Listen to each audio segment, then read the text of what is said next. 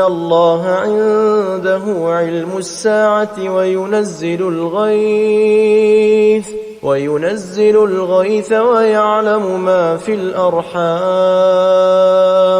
وما تدري نفس ماذا تكسب غدا وما تدري نفس بأي أرض تموت إن الله عليم خبير.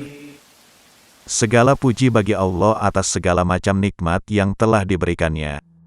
Dari Anas bin Malik beliau menceritakan, ada seorang laki-laki memasuki masjid pada hari Jumat melalui arah Darul Qodo. Kemudian ketika Rasulullah Shallallahu Alaihi Wasallam berdiri dan berkhutbah, Rasulullah Shallallahu Alaihi Wasallam kemudian menghadap kiblat sambil berdiri. Kemudian laki-laki tadi pun berkata, "Wahai Rasulullah, ternak kami telah banyak yang mati dan kami pun sulit melakukan perjalanan. Mohonlah pada Allah agar menurunkan hujan pada kami."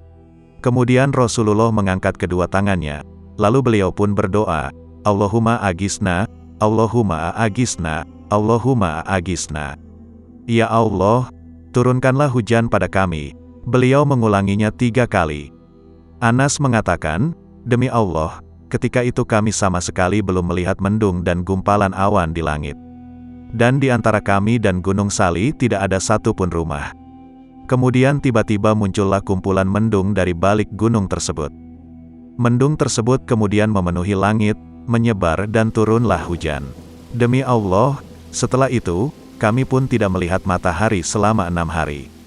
Kemudian ketika Jumat berikutnya, ada seorang laki-laki masuk melalui pintu Darul Qodo, dan ketika itu Rasulullah Shallallahu Alaihi Wasallam sedang berdiri dan berkhutbah. Kemudian laki-laki tersebut berdiri dan menghadap beliau. Lalu ia mengatakan, "Wahai Rasulullah, sekarang ternak kami malah banyak yang mati dan kami pun sulit melakukan perjalanan. Mohonlah pada Allah agar menghentikan hujan tersebut pada kami." Kemudian Rasulullah Shallallahu Alaihi Wasallam mengangkat kedua tangannya, lalu berdoa, "Allahumma hawalaina, wala alaina, Allahumma alal akami, wal jibali, was zirobi, wa butunil audiyati, wa manabitis syajari." Ya Allah, turunkanlah hujan di sekitar kami, bukan untuk merusak kami. Ya Allah, turunkanlah hujan ke dataran tinggi, gunung-gunung, bukit-bukit, perut lembah dan tempat tumbuhnya pepohonan. Setelah itu hujan pun berhenti. Kami pun berjalan di bawah terik matahari. Syarik mengatakan bahwa beliau bertanya pada Anas bin Malik, apakah laki-laki yang kedua yang bertanya sama dengan laki-laki yang pertama tadi? Anas menjawab, "Aku tidak tahu." Hadis riwayat Bukhari dan Muslim. Adapun mengundang pawang hujan yang notabene adalah seorang dukun dengan ritual-ritual tertentu, seperti tidak mandi seharian, membaca mantra-mantra, penggunaan sesajen untuk meminta pertolongan teman jin mereka, melempar celana dalam ke atas genteng, dan sebagainya, adalah bentuk kesyirikan yang dilarang dalam Islam. Meyakini ritual-ritual tersebut dapat menghentikan atau memindahkan hujan, maka terhapuslah keislaman orang tersebut dan menjadikannya kafir. Allah Subhanahu wa Ta'ala berfirman, "Sesungguhnya, Allah tidak akan mengampuni dosa perbuatan syirik menyekutukannya, dan Dia mengampuni segala dosa yang selain dari syirik itu, bagi siapa yang dikehendakinya. Barang siapa yang mempersekutukan Allah, maka sungguh ia telah berbuat dosa yang sangat besar." Quran Surat An-Nisa ayat 48.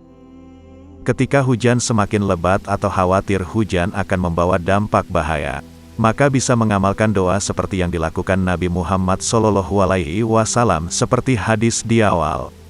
Atau bila seseorang menyadari kekurangan-kekurangan dirinya di hadapan Allah, lalu pergi kepada orang yang diyakini kesolehan dan ketakwaannya, memiliki keutamaan dan pengetahuan tentang Al-Quran serta As-Sunnah, kemudian meminta kepada orang soleh itu agar berdoa kepada Allah untuk memindahkan hujan, maka hal ini tidaklah mengapa.